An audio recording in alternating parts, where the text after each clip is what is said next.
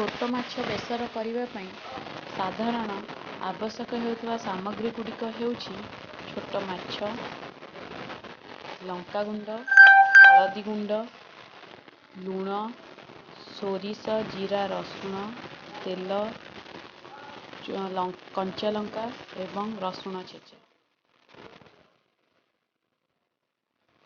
प्रथमे माछ को भल भाव बाछि सफा करी से लूण और हलदी गोलाई रखिबा।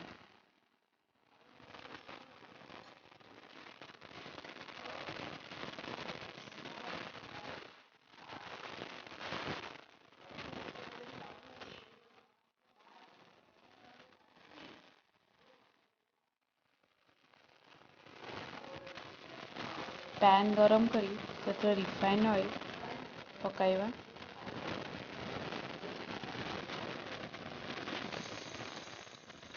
माछ को हाई फ्लेम रे भाजिबा।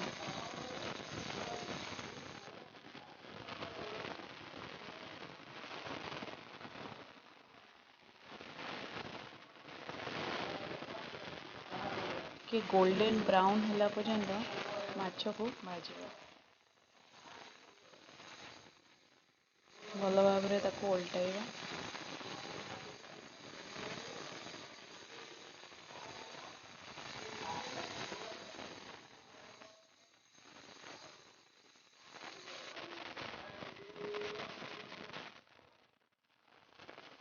बेसर प्रस्तुत करने सोरिष, जीरा, रसुण को भल भाव में ग्राइंड करदे।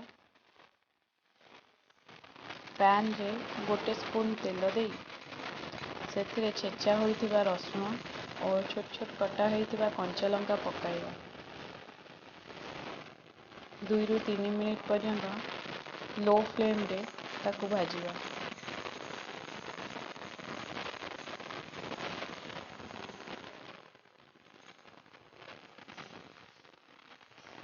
हलदी गुंड,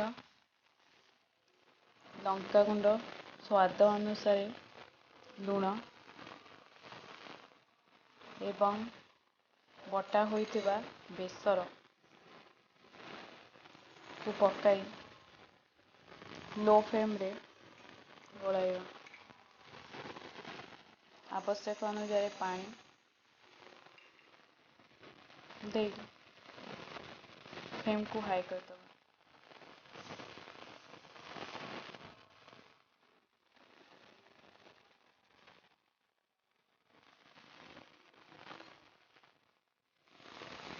जेतेबेले बेसर फुटिबा आरंभ करिवो माछ को पकाइबा।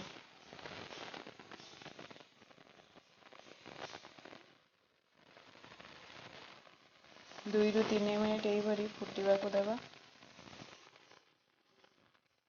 एबे प्रस्तुत हो जाइछि छोट माछ बेसर।